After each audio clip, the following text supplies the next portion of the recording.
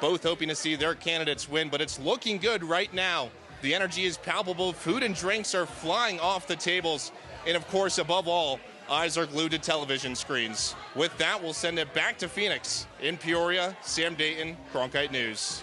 Cam Scadaboo and Kenny Dillingham has redefined Arizona State football in 2024.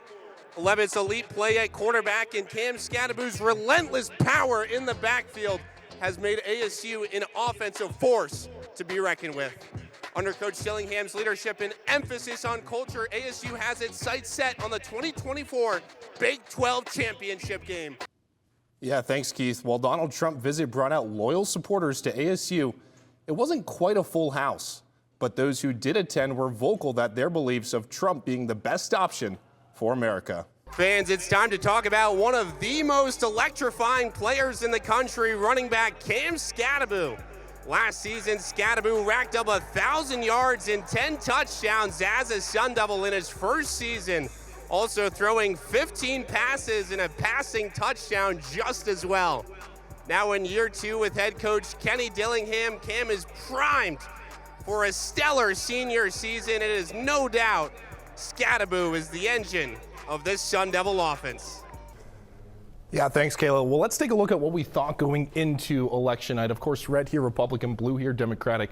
Most importantly, these yellow states, Michigan, Wisconsin, Pennsylvania up here, North Carolina, Georgia down here, and out west, Nevada and Arizona. Of course, the ever so critical battleground states. Let's take a look at what actually happened. Here's the latest results we can give you. And of course, the first thing that jumps off the map, both figuratively and literally, is the whole lot of red, especially in these battleground states, Pennsylvania, Michigan, Wisconsin, all going in the favor of Trump. Same with North Carolina and Georgia. That's 44 votes, or electoral votes right up there, 32 down here. And out west, still waiting on the results from Nevada and Arizona, but it's looking like it's going to go red.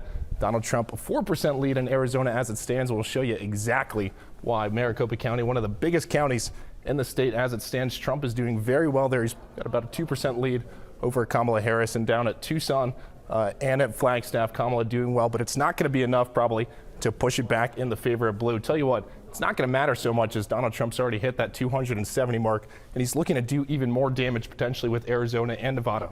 With that, we'll send it back to you guys. Yeah, thanks, Jalen. The apology is for over 150 years of mistreatment and abuse in the federal boarding school program, and comes after extensive investigation by the Department of Interior, which looked at the long-term impacts of Indian boarding schools. I formally apologize as President of the United States of America for what we did. I formally apologize. Biden spoke forcefully to hundreds of people, many from indigenous communities across the Southwest. President Biden moved many to tears as he talked about the trauma and shame passed down for generations caused by federal boarding schools. The schools force children from their native homes, cultures, and traditions, often punishing them for speaking their native language. Many suffered physical and mental abuse at the schools. Children would arrive at schools, their clothes taken off, their hair that they were told was sacred was chopped off, their names literally erased, replaced by a number or an English name. For some, the acknowledgement was healing. We can't heal if it's not recognized. We can't heal if it's, if it's swept under the rug. And the fact that he came out to apologize for what had happened was, as was stated earlier, it was long overdue, but it certainly does start the healing. For others, it's not just about words, but a call for action and restoration. It's one thing to come over, I could slap you and come over and say I'm sorry, but the other thing behind it is what am I going to do to truly make that amends? What action am I going to put behind it to do that? Boo Nygren, president of Navajo Nation, expressed hope that this apology will lead to positive change and rebuild trust between the government and indigenous communities. We got the apology. Now he can put some resources behind some of the recommendations that Secretary Holland provided. So it was a great day for Indian country today. Yeah, Arizona was home to 59 boarding schools. Now, the hope is there will be programs to minimize the number of Native children entering the foster care system. And funding and healing trauma treatment programs are rooted in Native culture throughout the tribal region. In the newsroom, Sam Datin, Cronkite News. Balloons, Mickey ears, and a red carpet line the gates at Sky Harbor. But this wasn't your average departure.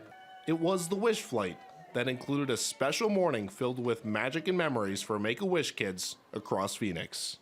Bring families a moment of joy. They don't have to think about the months, days they spend at a hospital, medical appointments.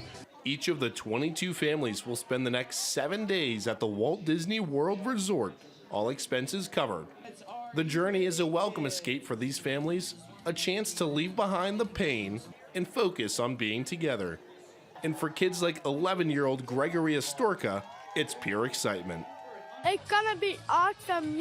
Your life will change forever, and you're gonna have amazing Disney World fly. The magic behind these moments traces back to Phoenix, where Make-A-Wish was born. There was a little boy named Chris Grecius, and he wished to be a police officer for a day. And there were a group of Phoenix, right here, Phoenix, Arizona community folks that came together, our founders, to make that wish possible 45 years ago. 45 years later, they continue to make wishes come true.